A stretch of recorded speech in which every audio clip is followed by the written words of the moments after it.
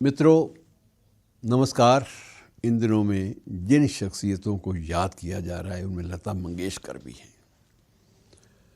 और लता मंगेशकर की शख्सियत एक सामान्य भारतीय गायिका या पार्श्व गायिका के रूप में ही सीमित नहीं है। उनके बारे में ढेरों ऐसे किस्से हैं जिनको बयान करना इसलिए ज़रूरी हो जाता है कि ये मानवीय संवेदनाओं, ह्यूमन सेंसिटिविटीज़ के बारे में पूरी तरह वो उनके गिर्द एक ऐसा बुना हुआ है कथा कहानियों का और किस्सों का और वास्तविक घटनाओं का जाल कि इन सारी घटनाओं के केंद्र में जो शख्सियत है वो लता मंगेशकर है।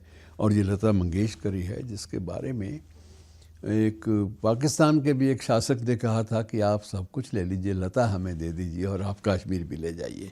तो ये कहने की बात थी, बेशक हल्के फुल्के अंदाज में कही गई थी, लेकिन उसका एक मैसेज संदेश यही था कि लता इस भारतीय उपमहाद्वीप ही नहीं बल्कि पूरे विश्व की एक ऐसी नायिका हैं, एक ऐसी शख्सियत हैं जिन्हें कभी भी मापा नहीं जा सकता, जिन्हें पद्म अलंकारों से भी ऊपर समझा गया और अंततः वो भारत रत्न कहलाई।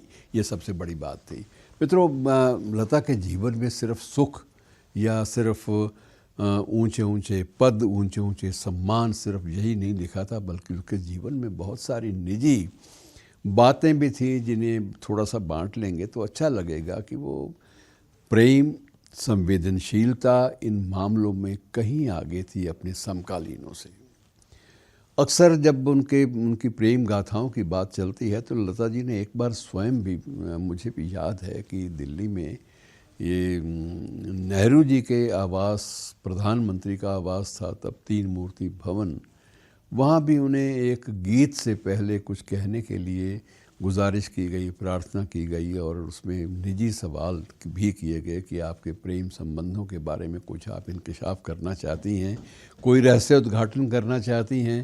तो उन्होंने कहा कि ये बिल्कुल निजी, नितांत निजी मामले हैं, बेहतर होगा कि आप इस बारे में कोई सवाल ना करें। और दूसरा सवाल ये था किसी एक संवेदनशील पत्रकार का कि अच्छा आप इन बातों का जिक्र भले ही ना करें, लेकिन जो प्रिंस राज सिंह डूंगरपुर थे, तो डूंगरपुर रियासत के शहजादे के साथ आपके संबंध कैसे थे।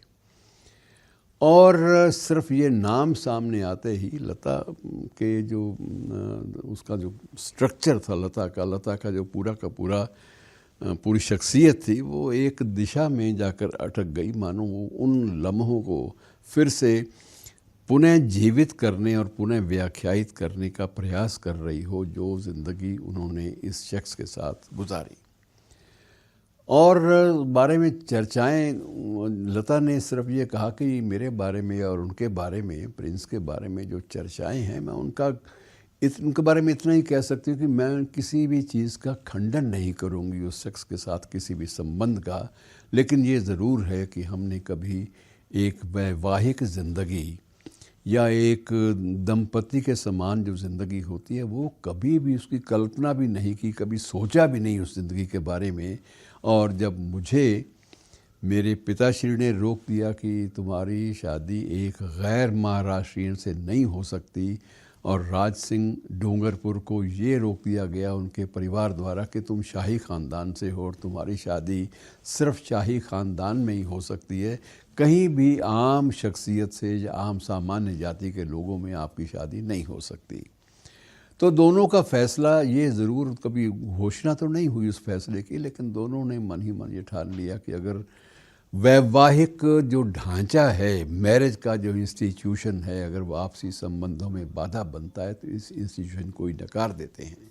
तो उन्होंने दोनों ने ये निर्णय लिया, अपने मन में लिया होगा, कोई कसम नहीं खाई होगी। ऐसा नहीं है कि वो कसमें, वादे, प्यार वफा वाली बातें चलती थी, ये हल्के फुल्के स्तर के लोग नहीं थे। तो दोनों ने गरिमापूर्ण ढंग से पारस्परिक संबंधों को एक बिल्कुल अलग स्तर पर जीने का संकल्प ज़रूर ले लिया। लता जी भी आजन्म पूरी ज़िंदगी अविवाहित रहीं और राज सिंह डूंगरपुर ने भी कभी शादी नहीं की। ये बात इतिहास का हिस्सा है, समकालीन इतिहास का। राज सिंह डूंगरपुर की शख्सियत बड़ी गज़ब की थी। संगीत की दुनिया से उन्हें लगाव था, गायकी की दुनिया की वो अपने आप को सिद्धहस्त समझते थे, और लोग भी, समकालीन लोग भी मानते थे कि इस जैसा जो सूझबूझ रखने वाला है गायकी की बारीकियों का और शास्त्रीय संगीत का और सुगम संगीत का, ऐसा कोई सूझबूझ वाला व्यक्ति आसपास नहीं दिखाई देता। और वो क्रिकेट के भी बहुत बड़े प्रशंसक माने जाते थे। और वो आपको ये भी पता होना चाहिए कि भारतीय जो क्रिकेट बोर्ड है उसके भी वो मुख्य कर्ता धर्ता वो थे एक लंबे अरसे तक, जब तक उन्होंने चाहा उन्हें उस पद से कभी भी हटाया नहीं गया, कभी भी उनके पद को, उनकी गरिमाओं को, उनकी क्षमता को कोई चुनौती नहीं दे पाया। तो राज सिंह डूंगरपुर एक बड़ी समृद्ध रियासत थी, उसकी अपनी परंपराएं थी, कल्चर थी।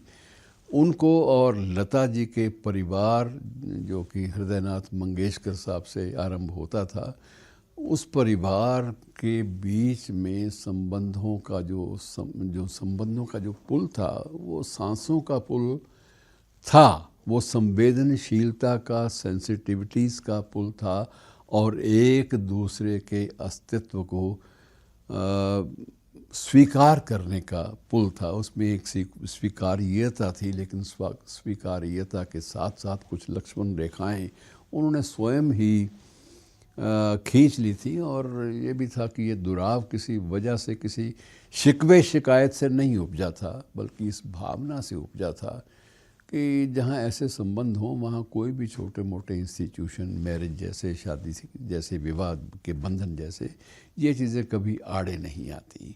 तो मित्रों, ये लोग बड़े अलग स्तर पर जीने के कायल थे ये लोग।